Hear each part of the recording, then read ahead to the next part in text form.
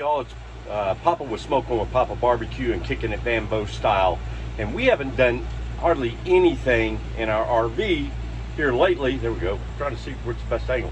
Haven't done anything here in our RV lately, but I wanted to kind of give you a tip because I just got finished defrosting my refrigerator, and I wanted to kind of let you know, how do you keep your RV refrigerator cold? Simple fact.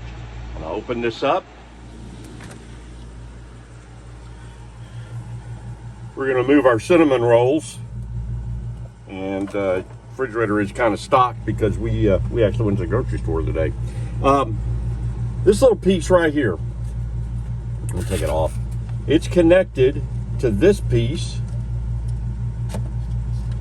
down here.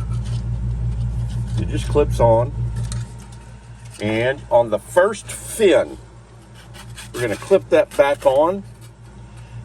Keep it warmer, we're going to move it all the way down to the bottom. Keep it colder, move it all the way to the top. I kind of keep mine about right in the middle, and that helps to regulate that cold air through these fins and keeps my refrigerator cold. One thing that you may want to do is,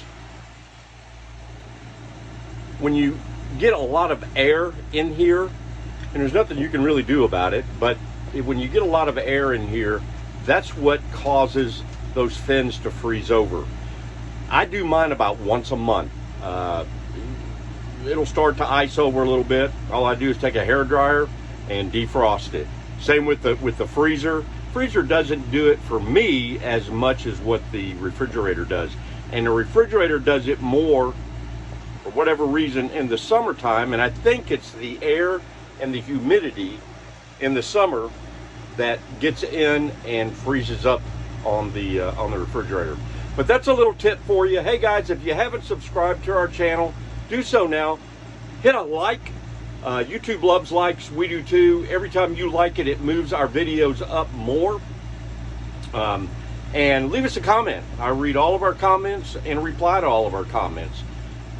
Thanks, appreciate you watching, and we'll see you next time on Kicking It Bamboo Style and Smoking with Papa Barbecue. See ya.